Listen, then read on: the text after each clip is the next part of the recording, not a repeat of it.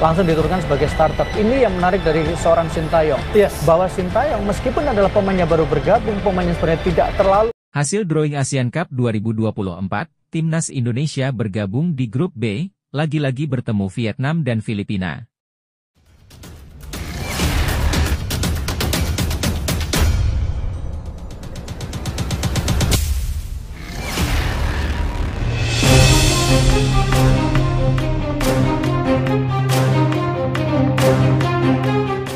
Hasil drawing Asian Cup 2024, Timnas Indonesia bergabung di grup B, lagi-lagi bertemu Vietnam dan Filipina. Begini hitung-hitungan peluang juaranya. Pengundian Asian Cup 2024, yang sebelumnya dikenal sebagai Piala AFF, resmi dilaksanakan di Hanoi, Vietnam pada Selasa, 21 Mei 2024. Sebelum lanjut, Mimin minta tolong tonton video ini sampai selesai, agar tidak ada kesalahpahaman yang terjadi. Dan tak bosan-bosan juga, tolong like dan share video ini ke media sosial kalian agar semua orang tahu apa yang sedang terjadi. Dalam hasil pengundian ini, Timnas Indonesia ditempatkan di grup B dan akan berhadapan dengan Vietnam. Nah, sebelum lanjut mendengar berita ini, buat para netizen, keluarkan satu kalimat pamungkas untuk menanggapi kabar ini. Menurut kalian, apakah Timnas Indonesia mampu menjadi juara di edisi Piala Ciki tahun ini? Mengingat kekuatan Timnas Indonesia sudah sangat mewah. Atau justru Indonesia akan menjadi bulan-bulanan Vietnam dan Thailand seperti di edisi yang sudah-sudah? Ayo teman-teman, berikan tanggapan kalian. Di sisi lain, jangan lupa juga satu kalimat khusus untuk Sintayong yang sedang berusaha keras memajukan sepak bola Indonesia. Silahkan tulis di kolom komentar. Ayo terbang tinggi Garuda. Mari kita lanjut teman-teman. Lawan-lawan Timnas Indonesia di ASEAN Cup 2024 diketahui setelah pengundian pembagian grup yang diselenggarakan AFF di Vietnam. Acara pengundian ASEAN Cup 2024 yang berlangsung pada Selasa, 21 Mei 2024 pukul 14 WIB ini berlangsung penuh ketegangan. Ketegangan ini tampak dari ekspresi wajah para perwakilan tim Asia Tenggara yang hadir dalam acara tersebut.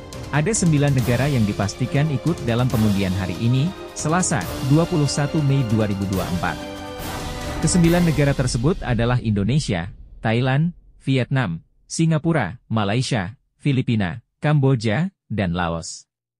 Sementara itu, masih ada satu slot yang tersisa untuk melengkapi 10 tim peserta ASEAN Cup 2024. Slot terakhir ini menunggu pemenang dari babak kualifikasi antara Brunei Darussalam dan Timor Leste. Sebagai informasi, dalam pembagian pot pengundian ini, Indonesia dipastikan menempati pot kedua bersama Malaysia. Sementara pot pertama diisi oleh Thailand dan Vietnam. Untuk pot ketiga ada Filipina dan Singapura. Pot keempat diisi Myanmar dan Kamboja. Pot kelima ditempati Laos dan pemenang babak kualifikasi. Pengundian dimulai dengan menentukan tim tuan rumah dalam laga kualifikasi antara Brunei Darussalam dan Timor Leste. Setelah dilakukan pengundian, Brunei Darussalam dipastikan akan menjadi tuan rumah terlebih dahulu pada leg pertama pada September 2024, kemudian Timor Leste akan menjadi tuan rumah pada leg kedua. Pengundian kemudian dilanjutkan dengan 9 negara lainnya. Dalam pengundian ini, Timnas Indonesia dipastikan bergabung dalam grup B bersama Vietnam. Selain Vietnam, grup B juga diisi oleh Filipina, Myanmar, dan Laos. Sementara itu, grup A dihuni oleh Thailand, Malaysia, Singapura, Kamboja, dan satu slot lagi yang masih menunggu pemenang dari kualifikasi antara Brunei Darussalam dan Timor Leste. Pertandingan ASEAN Cup 2024 dijadwalkan berlangsung dari 23 November hingga 21 Desember 2024. Hasil drawing ASEAN Cup 2024. Grup A, Thailand, Malaysia, Singapura, Kamboja, pemenang kualifikasi antara Brunei dan Timor Leste. Grup B, Vietnam, Indonesia, Filipina, Myanmar, Laos. Lebih lanjut, pengundian ASEAN Cup 2024 yang dilaksanakan di Hanoi, Vietnam, menciptakan suasana yang penuh ketegangan, terutama bagi para perwakilan tim yang hadir. Penempatan Timnas Indonesia di grup B bersama Vietnam memberikan tantangan tersendiri mengingat Vietnam merupakan salah satu tim terkuat di kawasan Asia Tenggara. Pertandingan antara Indonesia dan Vietnam pasti akan menjadi sorotan utama dalam grup tersebut. Selain Vietnam, grup ini juga dihuni oleh Filipina, Myanmar, dan Laos. Filipina dikenal memiliki pemain-pemain naturalisasi yang bisa memberikan perlawanan sengit, sementara Myanmar dan Laos juga tidak bisa dianggap remeh. Setiap pertandingan di grup ini akan sangat menentukan peluang masing-masing tim untuk melaju ke babak berikutnya. Di sisi lain, grup A terlihat sama menantangnya dengan kehadiran Thailand dan Malaysia, dua tim yang memiliki sejarah panjang dan prestasi di ASEAN Cup. Singapura dan Kamboja juga memiliki potensi untuk membuat kejutan. Slot terakhir di grup A masih menunggu pemenang dari kualifikasi antara Brunei Darussalam dan Timor Leste, yang akan menambah dinamika kompetisi ini. Secara keseluruhan, ASEAN Cup 2024 menjanjikan kompetisi yang ketat dan menarik, dengan banyak pertandingan yang diperkirakan akan berlangsung sengit. Bagi Indonesia, ini adalah kesempatan untuk menunjukkan peningkatan performa mereka di kancah sepak bola regional dan menguji kemampuan melawan beberapa tim terbaik di Asia Tenggara. Dengan persiapan yang matang dan strategi yang tepat, Timnas Indonesia memiliki peluang untuk meraih hasil positif dalam turnamen ini. 3 pemain berdarah Eropa di Liga 1 yang bisa dilirik Shin Tae-yong jelang Timnas Indonesia versus Irak dan Filipina, nomor 3 jebolan Ajax Amsterdam. Inilah 3 pemain berdarah Eropa di Liga 1 yang bisa dilirik Shin Tae-yong jelang pertandingan Timnas Indonesia versus Irak dan Filipina. Pelatih Timnas Indonesia, Shin Tae-yong, telah memanggil 22 pemain untuk persiapan menghadapi Irak, 6 Juni 2024, dan Filipina, 11 Juni 2024, dalam laga pamungkas Grup F kualifikasi Piala Dunia 2026 zona Asia. Namun, masih ada peluang besar untuk menambah 2 pemain lagi, sehingga total pemain yang akan berlaga menjadi 24. Ketua Badan Tim Nasional, BTN, Sumarji, mengisyaratkan bahwa 2 pemain tambahan ini mungkin berasal dari para pesepak bola yang tampil gemilang di Championship Series Liga 1 2023 hingga 2024. Pemain naturalisasi atau pemain keturunan yang bersinar di Liga 1 musim ini bisa menjadi opsi menarik bagi Shin Tae-yong. Lantas, siapa saja pemain tersebut? Mari kita lihat 3 pemain berdarah Eropa di Liga 1 yang berpotensi memperkuat Timnas Indonesia. 1. Mark Klok, Persib Bandung. Mark Klok menunjukkan performa luar biasa bersama Persib Bandung musim ini. Dari 33 laga Liga 1 2023 hingga 2024, Klok berhasil mencetak 4 gol dan menyumbang 8 assist.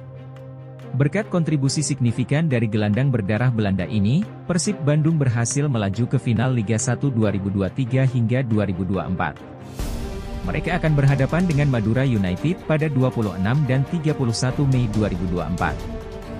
Jika klub berhasil membawa Persib Bandung menjadi juara Liga 1, tak ada alasan bagi Shin Tae-yong untuk tidak memanggilnya. Dengan mental juara yang semakin kuat, Mark Klok dapat menjadi andalan di lini tengah Timnas Indonesia. 2. Stefano Lillipali, Borneo FC.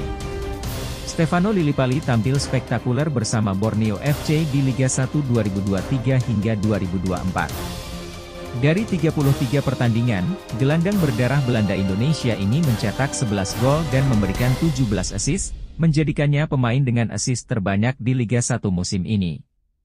Meskipun performanya begitu memukau, hingga kini Shin Tae-yong belum memberi kesempatan kepada Lillipali untuk kembali memperkuat Timnas Indonesia.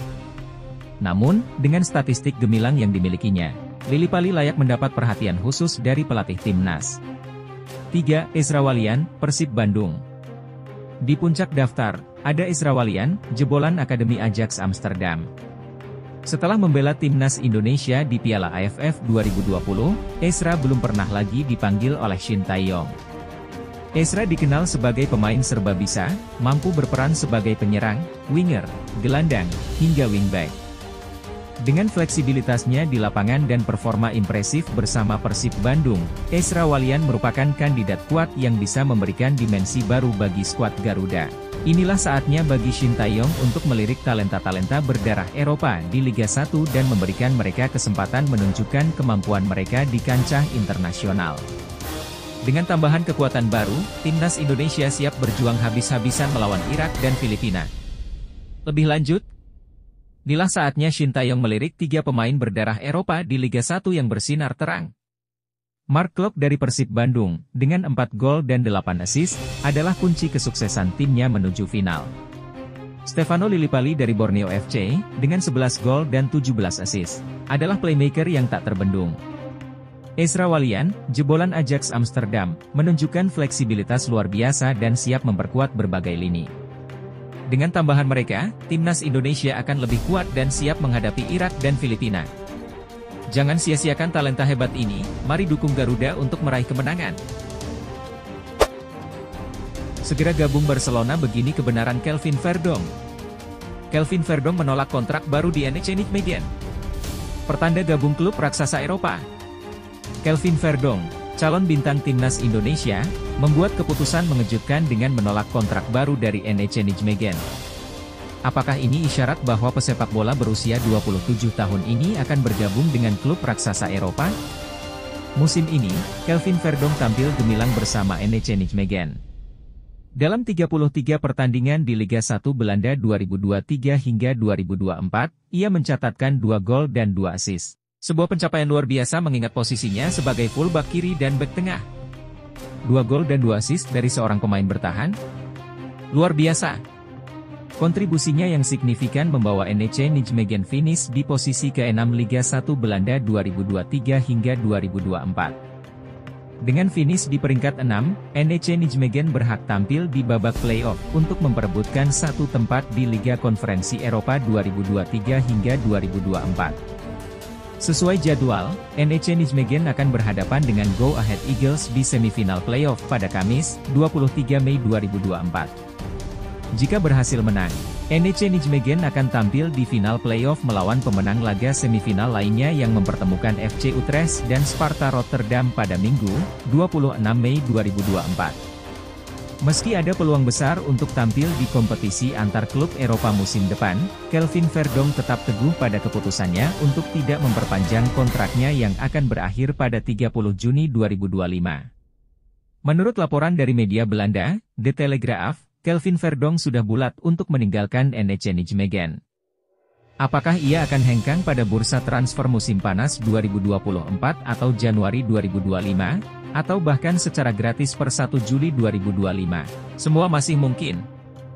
Dengan kualitas yang dimilikinya saat ini, Kelvin Verdong pantas membela klub-klub top Liga Belanda. Jika harus meninggalkan Belanda, klub-klub seri B dan divisi Championship pasti akan berlomba-lomba mendapatkan tanda tangannya, terutama dengan kemampuan tendangan bebasnya yang mematikan. Namun, pertanyaan besar lainnya adalah, kapan Kelvin Verdong akan resmi menjadi warga negara Indonesia, WNI?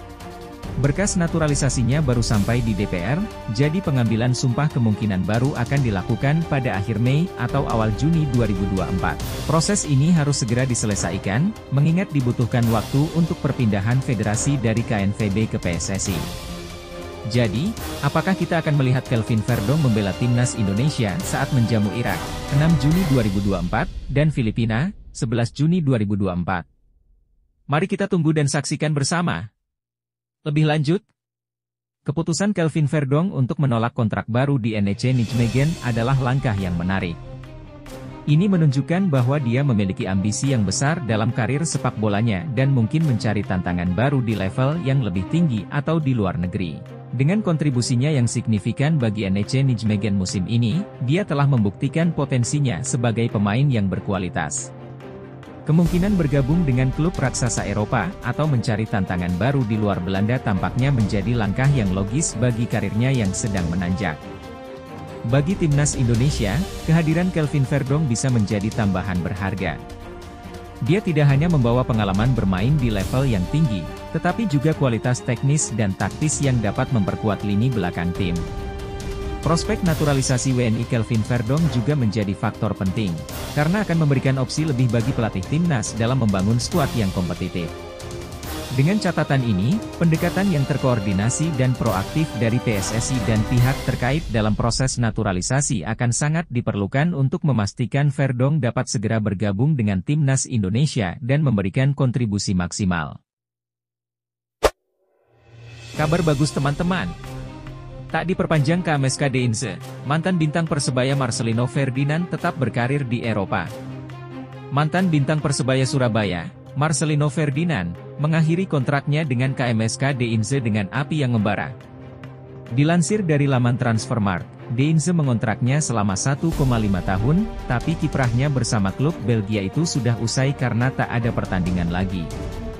Netizen Indonesia meradang. Mereka menyerang Instagram KMSK Deinze karena merasa Marcelino merugikan skuad Garuda yang berjuang untuk Olimpiade Paris 2024. Tapi Marcelino tak gentar. Dia bersumpah untuk tetap bermain di Liga Eropa musim depan, dengan kepastian yang berkobar di hatinya. Dikonfirmasi langsung oleh sang pemain di UNESA, Marcelino berseru, "Saya akan tetap berkarir di Eropa. Di sana, saya bisa berkembang dengan maksimal."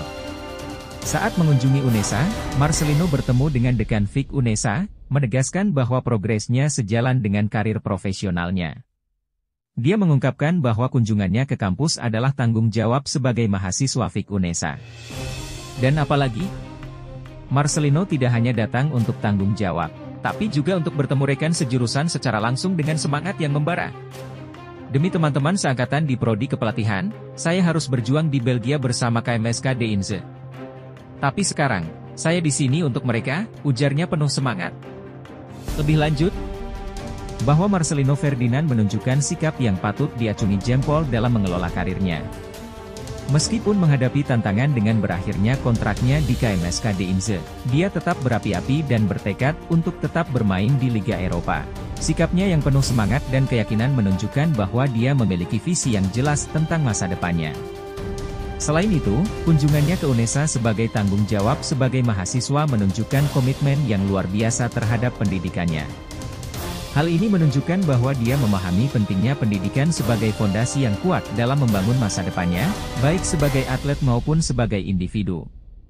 Selain itu, upayanya untuk bertemu langsung dengan rekan seangkatannya di jurusan menunjukkan bahwa dia adalah individu yang peduli dan menghargai hubungan sosialnya. Ini adalah aspek yang penting dalam membangun jejaring dan dukungan sosial yang dapat membantu dalam perjalanan karirnya.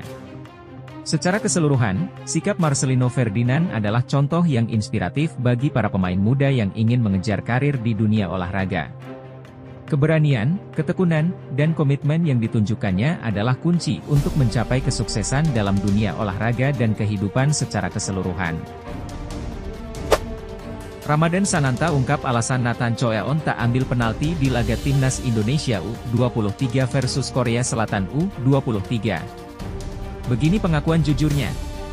Ramadan Sananta mengungkapkan alasan mengapa Nathan Choeon tidak mengambil tendangan penalti saat Timnas Indonesia U23 melawan Korea Selatan U23 di babak perempat final Piala Asia U23 2024. Penyerang Persis Solo tersebut menjelaskan bahwa Nathan Choeon tidak terbiasa mengambil tendangan penalti, sehingga pelatih Shin Tae-yong tidak menyertakannya dalam daftar eksekutor. Pertandingan antara Timnas Indonesia U23 dan Korea Selatan U23 berlangsung sengit.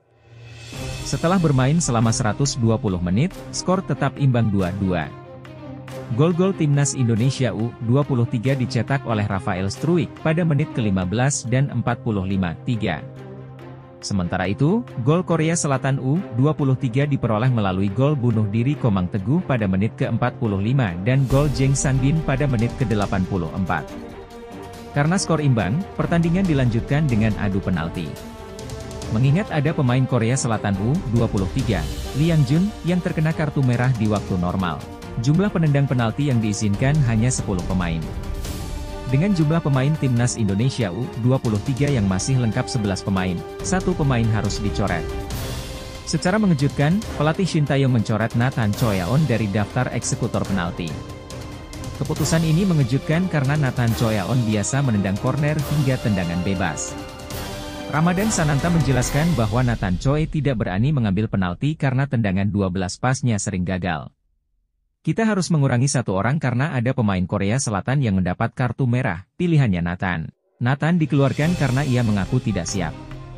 "Saya pun bingung dan bertanya kepadanya, 'Nathan, kenapa kamu tidak ambil penalti?' kata Ramadan Sananta saat ditanya oleh Okezone mengutip dari channel YouTube Sport 77 Official.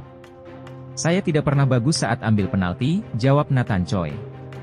Akhir cerita, Timnas Indonesia U23 memenangkan adu penalti dengan skor November 10 atas Korea Selatan U23. Skuad Garuda Muda pun mencatat sejarah dengan lolos ke semifinal Piala Asia U23 untuk pertama kalinya. Lebih lanjut, Keputusan untuk tidak memasukkan Nathan Choyaon sebagai eksekutor penalti dalam pertandingan Timnas Indonesia U23 melawan Korea Selatan U23 di perempat final Piala Asia U23 2024 tampaknya merupakan langkah strategis yang cukup bijak dari pelatih Shin Tae-yong. Meskipun Choyaon biasanya mengambil corner dan tendangan bebas, kemampuannya dalam situasi tendangan penalti tidak meyakinkan, sebagaimana dikonfirmasi oleh Ramadan Sananta. Dalam pertandingan dengan tekanan tinggi seperti ini, mental dan kepercayaan diri pemain menjadi sangat krusial. Pertandingan yang berakhir imbang 2-2 setelah 120 menit permainan menunjukkan betapa ketatnya persaingan antara kedua tim. Dengan adanya pemain Korea Selatan yang mendapatkan kartu merah, situasi semakin menegangkan karena jumlah penendang penalti yang diizinkan harus disesuaikan. Memiliki satu pemain lebih dalam daftar, Timnas Indonesia harus membuat keputusan sulit untuk mencoret satu nama. Mencoret Nathan Choyaon, yang mengaku tidak siap dan sering gagal dalam penalti, menunjukkan bahwa keputusan dibuat berdasarkan evaluasi realistis kemampuan dan kesiapan mental pemain. Hal ini menunjukkan bahwa tim pelatih benar-benar mempertimbangkan setiap aspek penting demi meningkatkan peluang kemenangan dalam adu penalti. Akhirnya, keputusan ini terbukti efektif karena Timnas Indonesia U23 berhasil memenangkan adu penalti dengan skor November 10. Kemenangan ini tidak hanya membawa tim ke semifinal, tetapi juga menciptakan sejarah bagi skuad Garuda Muda dengan lolos ke babak tersebut untuk pertama kalinya dalam Piala Asia U23. Keberhasilan ini menjadi bukti bahwa keputusan-keputusan strategis yang dibuat berdasarkan penilaian yang matang dapat berkontribusi besar dalam meraih hasil positif dalam situasi kritis. Shin Tae-yong tak hadiri drawing grup ASEAN Cup 2024 di Vietnam. Pelatih Timnas Indonesia, Shin Tae-yong, dikabarkan tak akan hadir dalam drawing grup ASEAN Cup 2024. Ini bukan kabar biasa. Ini bom waktu yang bisa mengguncang persiapan timnas kita. Hari ini, Selasa, 21 Mei 2024, drawing grup ASEAN Cup 2024 akan berlangsung di Hanoi, Vietnam. Namun, ketidakhadiran Shin Tae-yong menjadi sorotan tajam. THU247, media asal Vietnam, mengungkapkan bahwa sang pelatih telah meminta PSSI untuk mengirimkan wakil menggantikannya. Pelatih Timnas Indonesia, Shin Tae-yong tidak akan berangkat ke Vietnam untuk menghadiri pengundian grup ASEAN Cup 2024 hari ini, tegas laporan THU247. Alasan Shin Tae-yong? Masih misteri, namun yang jelas, pelatih asal Korea Selatan ini punya alasan kuat hingga memilih tidak hadir dan meminta Federasi Sepak Bola Indonesia, PSSI, mengirim perwakilan lain. Sementara itu, pelatih-pelatih negara lain sudah mulai berdatangan di Hanoi. Pelatih Thailand, Masata Daishi, pelatih Filipina, Tom Sain Viet, hingga pelatih Vietnam, Kim Sang Sik, semua sudah bersiap menghadapi momen penting ini. Sementara itu, di sisi lain, Timnas Indonesia berada di pot 2 bersama Malaysia. Thailand dan Vietnam menempati pot 1, Singapura dan Filipina di pot 3, Myanmar dan Kamboja di pot 4, serta Laos dan pemenang laga playoff antara Brunei versus Timor Leste di pot 5. Apa artinya ini? Timnas Indonesia dipastikan tak akan bertemu Malaysia di babak grup, tetapi skuad Garuda bisa saja harus menghadapi kekuatan besar seperti Thailand atau Vietnam di fase grup. Inilah saatnya kita semua mendukung penuh timnas kita, meskipun tanpa kehadiran langsung Shin Tae-yong di drawing penting ini. Jangan biarkan absennya Shin Tae-yong mengecilkan semangat kita. Mari kita tunjukkan bahwa kita tetap bisa bersatu dan berjuang untuk meraih prestasi tertinggi di ASEAN Cup 2024. Lebih lanjut, ketidakhadiran Shin Tae-yong dalam drawing grup ASEAN Cup 2024 adalah sebuah perkembangan yang menarik dan bisa menimbulkan berbagai spekulasi. Pertama, alasan dibalik keputusan ini sangat penting untuk diketahui. Apakah ada strategi khusus yang ingin diterapkan oleh Shin Tae-yong yang lebih baik disiapkan di Indonesia daripada harus hadir langsung di Vietnam? Hal ini bisa memberikan gambaran tentang pendekatan taktis yang akan digunakan dalam turnamen nanti. Selanjutnya, ketidakhadiran pelatih utama dalam acara penting seperti drawing bisa mempengaruhi psikologi tim dan publik. Para pemain dan pendukung mungkin merasa ada yang kurang tanpa kehadiran Shin Tae-yong, yang selama ini dianggap sebagai figur sentral dalam kebangkitan timnas. Namun, ini juga bisa menjadi momen bagi asisten pelatih dan manajemen tim untuk menunjukkan kepemimpinan dan kesiapan mereka dalam situasi yang tak terduga. Selain itu, melihat pelatih dari negara lain yang sudah tiba di Hanoi menunjukkan betapa seriusnya mereka mempersiapkan diri untuk turnamen ini. Thailand, Filipina, dan Vietnam jelas menempatkan fokus yang besar pada setiap detail persiapan mereka. Kehadiran pelatih mereka di Doling bisa dilihat sebagai bentuk komitmen penuh terhadap setiap aspek persiapan tim. Di sisi lain, penempatan Indonesia di pot 2 bersama Malaysia memberikan sedikit kelegaan karena kedua tim ini tidak akan saling berhadapan di babak grup. Namun, ancaman dari tim-tim kuat seperti Thailand dan Vietnam yang berada di pot 1 tetap ada. Ini berarti Indonesia harus mempersiapkan diri dengan sangat baik untuk menghadapi salah satu dari mereka di babak grup. Kemudian, ketegangan tambahan datang dari kemungkinan menghadapi tim-tim dari pot lain yang juga kuat, seperti Singapura dan Filipina dari pot 3. Sementara pot 4 dan pot 5 mungkin terlihat lebih ringan, tetapi dalam sepak bola, tidak ada yang bisa dianggap remeh.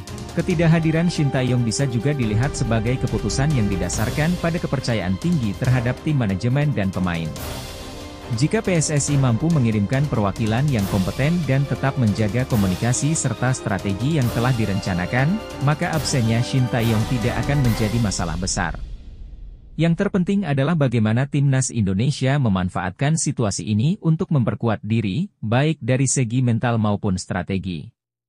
Turnamen seperti Asian Cup memerlukan persiapan matang dan kekompakan tim, dan absennya satu figur, bahkan sekelas Shin Tae-yong, seharusnya tidak mengurangi semangat dan determinasi seluruh tim untuk meraih hasil terbaik. Dukungan penuh dari para pendukung di Indonesia juga akan menjadi faktor krusial dalam perjalanan timnas di turnamen ini. Mengguncang persaingan, Shin Tae-yong meminta perubahan jadwal kick-off laga lawan Irak. Menguntungkan atau merugikan timnas Indonesia? Permintaan Shin Tae-yong untuk mengubah jadwal kick-off laga melawan Irak bisa menjadi pedang bermata dua bagi timnas Indonesia. Awalnya dijadwalkan pada pukul 19.30 WIB, Shin Tae-yong menginginkan pertandingan dimulai pukul 16 waktu Indonesia Barat. Ketua Badan Tim Nasional, Sumardi, mengonfirmasi perubahan ini, meskipun tanpa alasan pasti selain permintaan dari sang pelatih. Apakah strategi ini sebuah langkah jitu atau malah bumerang? Media Vietnam, Soha, menilai langkah ini sebagai upaya untuk memberikan tekanan psikologis kepada Vietnam, yang akan bertanding melawan Filipina di waktu yang sama. Jika Indonesia mampu mengalahkan Irak, maka laga Vietnam versus Filipina tak lagi berarti, karena Indonesia akan mengunci posisi kedua grup F dan menggagalkan peluang Vietnam untuk lolos. Namun, ini bukan tanpa risiko. Jika Indonesia gagal mengalahkan Irak, semangat para pemain Vietnam justru akan meningkat untuk mengalahkan Filipina, mengikis jarak poin dengan Indonesia menjadi hanya satu angka. Kondisi ini membuat situasi semakin menegangkan. Saat ini, Indonesia berada di peringkat kedua grup F dengan 7 poin, sementara Vietnam di posisi ketiga dengan 3 poin.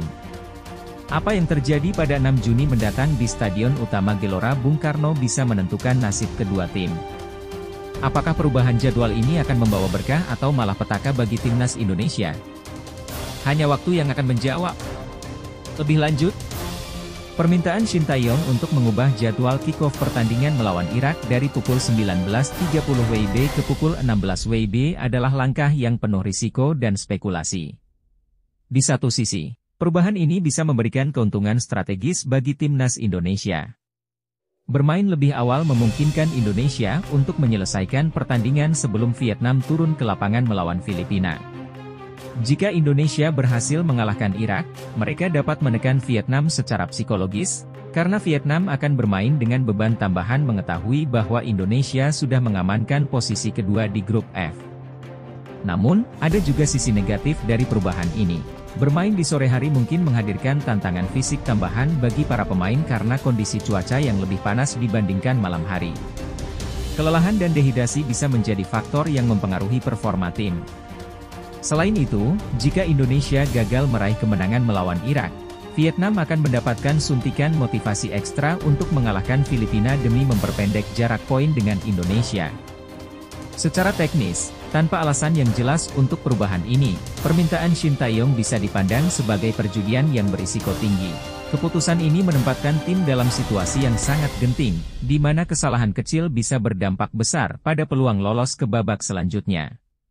Media Vietnam, Soha, menganggap langkah ini sebagai strategi untuk menjatuhkan moral lawan, tetapi mereka juga sadar bahwa jika rencana ini gagal, justru Vietnam yang akan mendapatkan keuntungan psikologis.